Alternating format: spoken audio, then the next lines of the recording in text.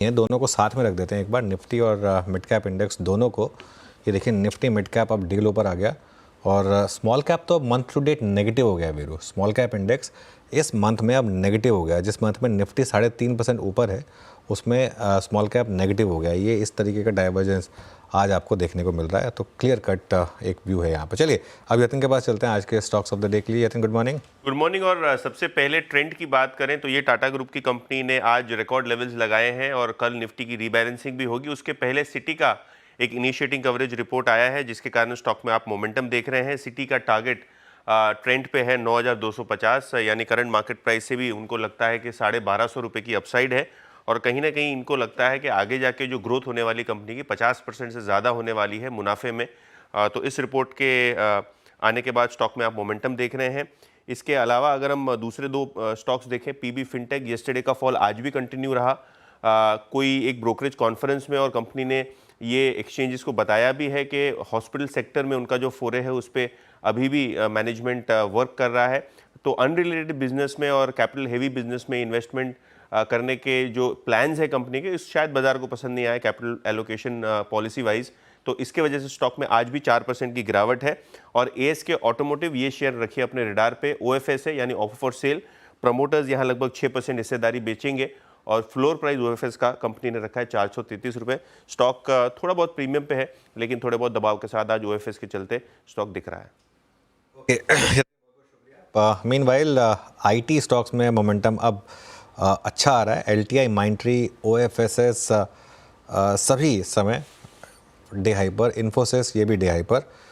और ट्रेंड लेकर आइए आप एक बार वापस। जैसा यतिन ने मेंशन किया स्टॉक्स ऑफ द डे में आज का टॉप एफएनओ गेनर फिर 8,000 की तैयारी ट्रेंड पर।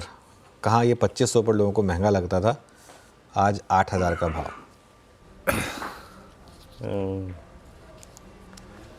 अद्भुत रही। हमें 3-4 स्टॉक्स अनुज अद्भुत रहे। ट्रेंट हो गया, इंडिगो और एक डिक्सन, मेरे ख्याल से 3 अद्भुत स्टॉक रहे। बिल्कुल ना, बिल्कुल 8,000 का लक्ष्य। अच्छा याद रखिएगा जो सुबह हम कंटिन्यू के साथ रिपोर्ट डिस्कस कर रहे थे उसमें 9,200 का टारगेट है अनुज, है ना। बिल्कुल। और चौथा ऐड कर दूंगा लुपिन, वो भी अद्भुत रहा। और इन 4 में से आई थिंक 3 तो हमने बिल्कुल अपने चैनल पर लोगों को राइड कराए हैं। ट्रेंट भी, इंडिगो भी और लुपिन भी।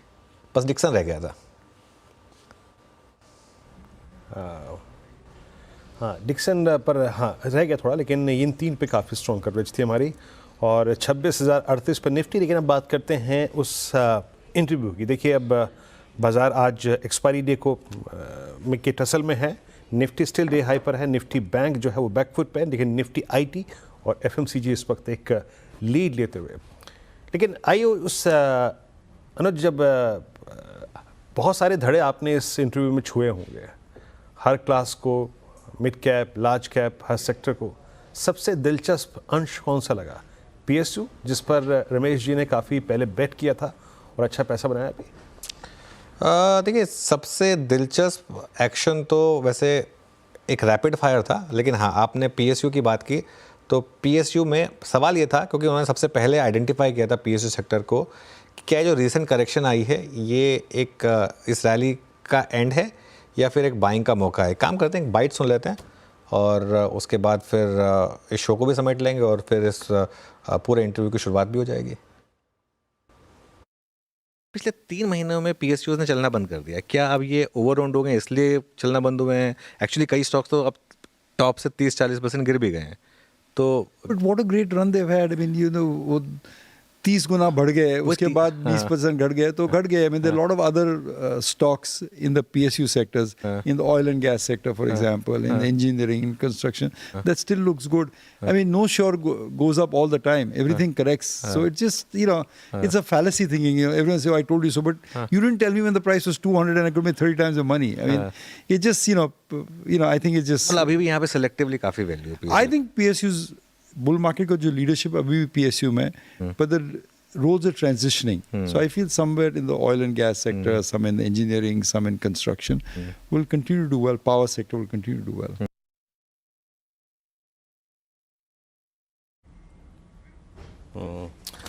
चलिए तो ये इंटरव्यू सुनेंगे। और मुझे याद है अच्छी तरह से अनुज, जब CNBC TV 18 में थे बहुत साल पहले, मेरे ख्याल से 15 साल हो गए अनुज उस बात को, 15 18 साल हुए होंगे। रमेश जी का एक प्रोग्राम CNBC TV में आता था, वो फिटनेस से रिलेटेड कुछ करते थे ना, जिम में थे, वो जिम किट पहन के जाते थे। मेरे ख्याल से वो प्रोग्राम मुझे याद है, TV18 पे आया करता था उस वक्त। मैं ये जब इंटरव्यू देख रहा हूँ ना तो बिल्कुल फिट लग रहा है रमेश जी। खैर चलिए अब एक काम करते हैं, अब इस इंटरव्यू को सुनते हैं और अनुज की खास बातचीत हर बाज़ार के पहलू को छूती हुई, या ये इस इंटरव्यू में शिरकत करते हैं रमेश जी के साथ खास बातचीत।